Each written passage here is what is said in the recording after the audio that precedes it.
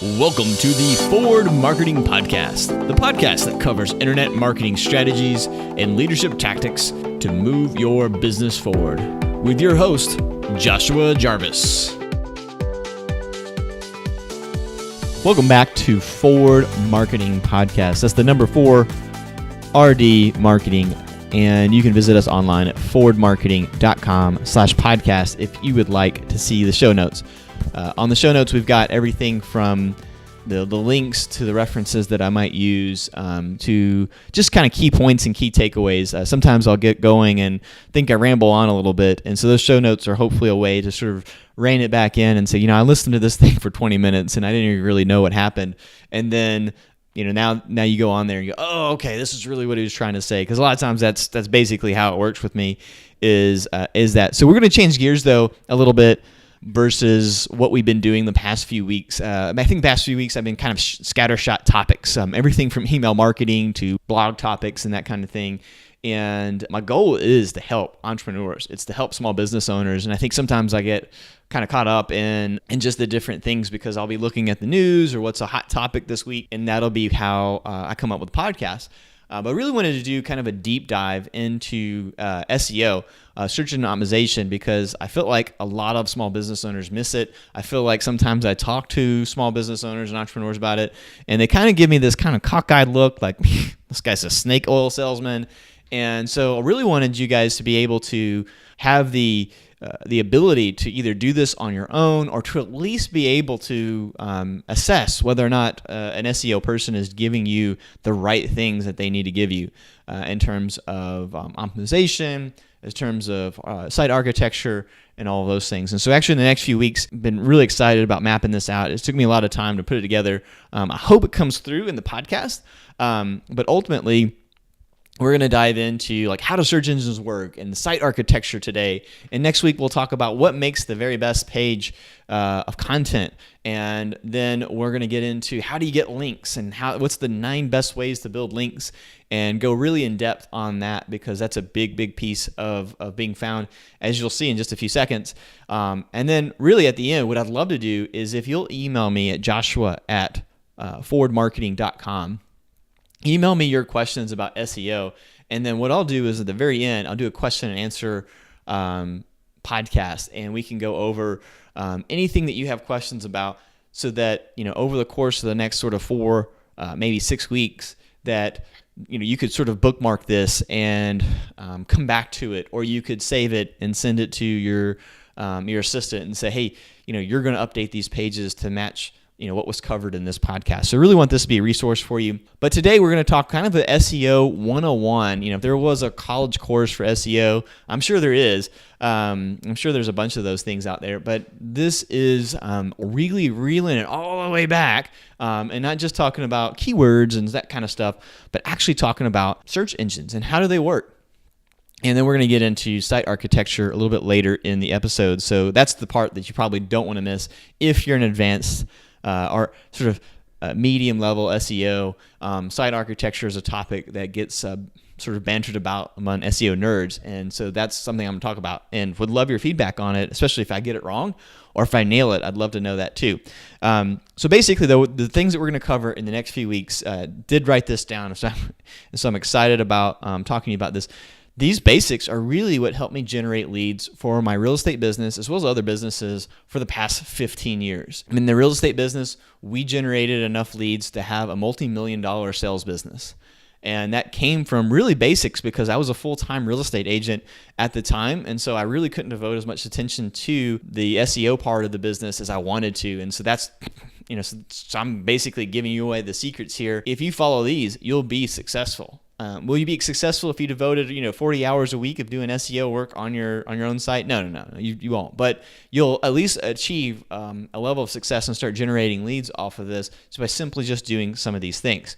So how do search engines work? That's really the question that I want to answer for you in the beginning, because I think if you understand how search engines work, it helps understand how the site architecture will make some sense.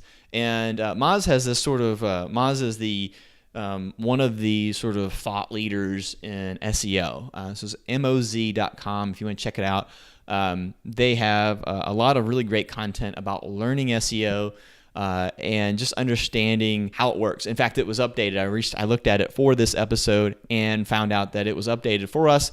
And so there's a bunch of you can go there. I'm going to link to it in the show notes.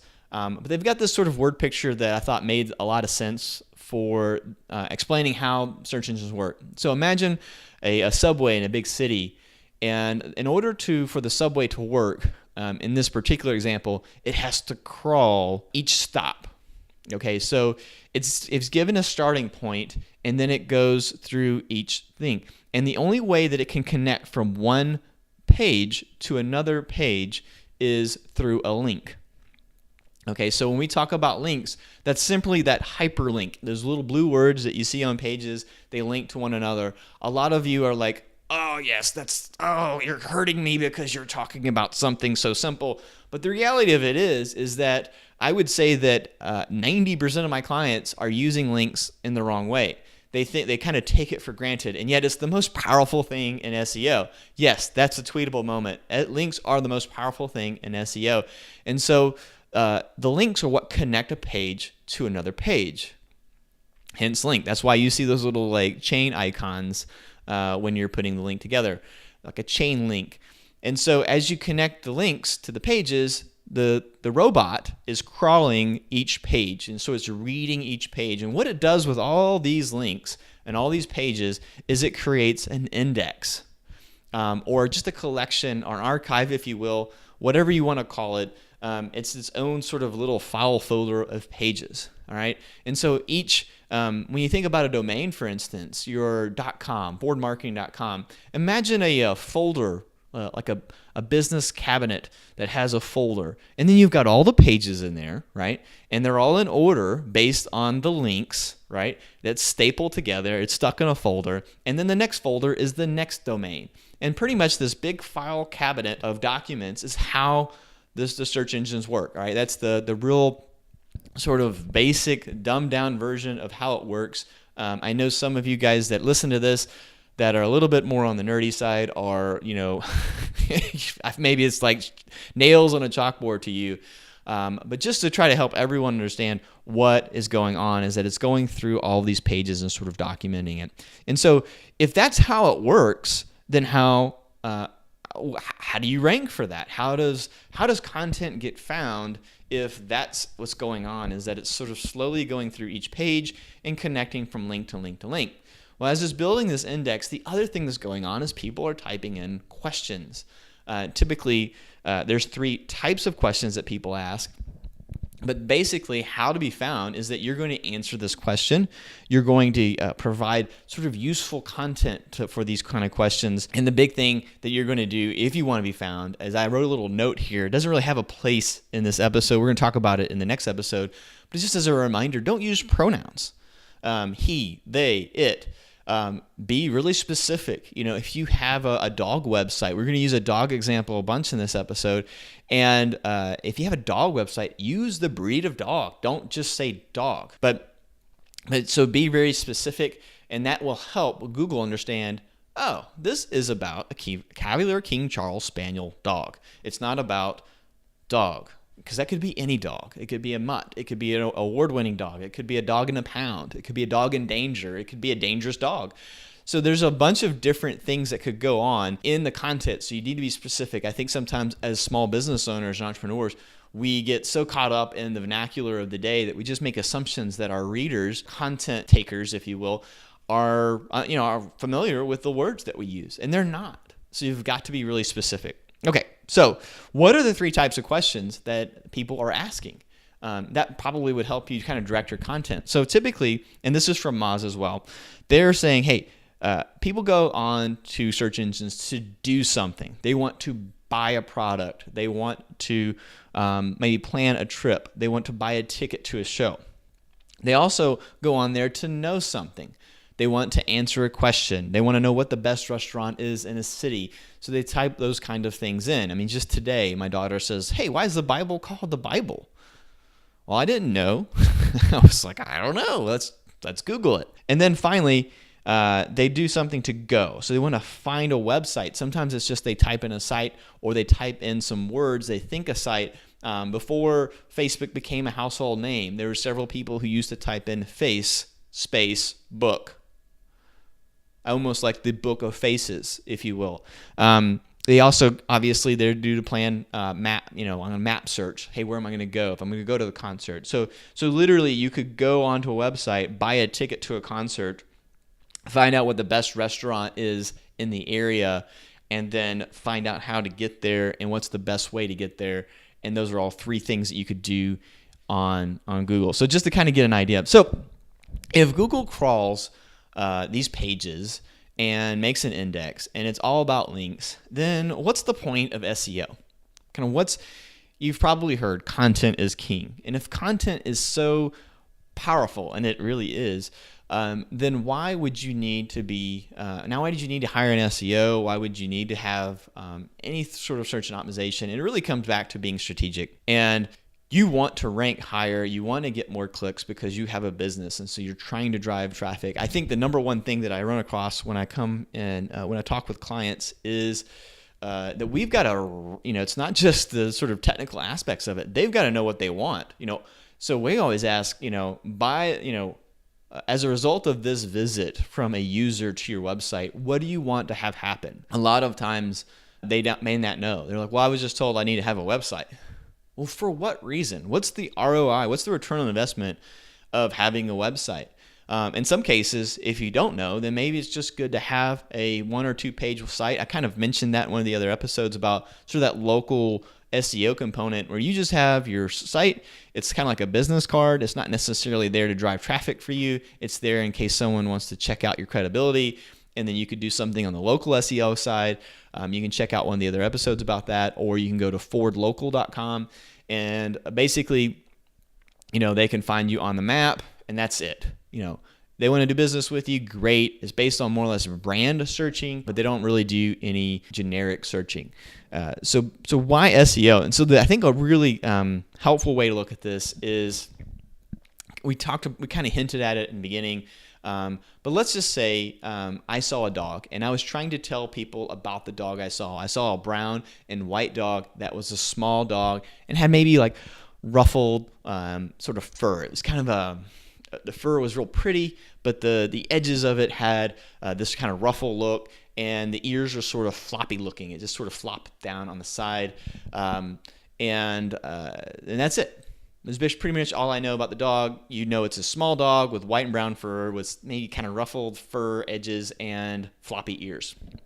Now, imagine that same person came in and described the same exact dog and says, I have a Cavalier King Charles Spaniel dog that weighs 10 pounds, that has white and beige fur with, and we've taken it to the groomer, and they've done a short cut with the ruffled edges on the side.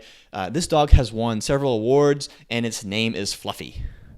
Well, that's a completely different picture. One that probably you guys are thinking about in your head as I'm describing it. It's kind of like that purple elephant thing.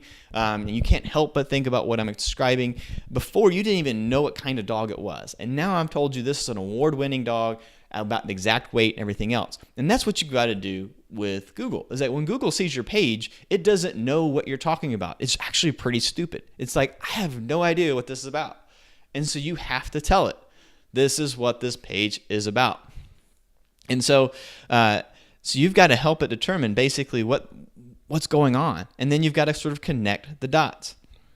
So back to crawling, the only way that a search engine knows is by the links, right? So this is why the site architecture is so important. Now, if you keep my dog example in the back of your mind, we're going to talk about that in just a second. So this is why site architecture is so important. Now, keeping my dog example in sort of the back of your mind, imagine you had maybe you're a breeder and you had dogs. Actually, let's just switch it. Let's just talk about cars for a second, because I think I could get into some territory where you guys might have some sensitive feelings about certain kinds of dogs, and I don't want to go there. So we're going to go to cars. Imagine you had a car dealership, and even the word car, it's kind of inappropriate, but let's say you had a car dealership, and a way to think about site architecture, if you Google this, you SEO sort of experts are going to know I'm going to go to talk about silos. But the best way to think about site architecture before we go there is everybody needs to be touching someone, right? Every page needs to be touching another page. Your menu can do this. A lot of times if you're using something like WordPress, it kind of does it on its own, right? You could write blog posts and then they're connected by archive and next, right? But the reality of it is that might not be enough.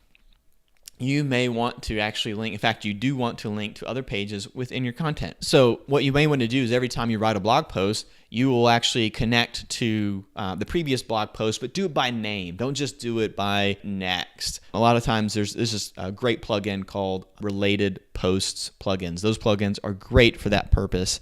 But basically, every time you want to put a page together, you want to make sure it's linking to another page. You also want to make sure that that link is connected sort of in a logical sense, logical way. So that's why I'm going to introduce to you siloing. Now, this is a pretty advanced technique, but I think it's simple enough that no matter who you are, you can actually understand it. So let's go back to that car dealership example. So imagine that you have a car dealership. How would you go about creating content for your pages, which ultimately will be product pages? Well, let's say you may break it up into cars, trucks, and vans. And I make that up. You can go on to Edmunds and see exactly how they do this, or Kelley Blue Book, and you can actually see this live example. But this is just me making it up. And so under cars, I might have sedans and sports cars and maybe economy cars. Under trucks, I might have pickups and heavy-duty trucks and SUVs. Under vans, I might have minivans or cargo vans, right? So I've got these three categories, each with a category underneath it.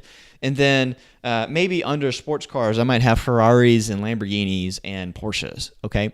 So if you're imagining this example, I've gotten really detailed on that. You can actually take it down even further. But the cars will all be linking to each other, right? Because they're all part of a category, or the Lamborghini, Ferrari, and Porsche are all in this sports car category.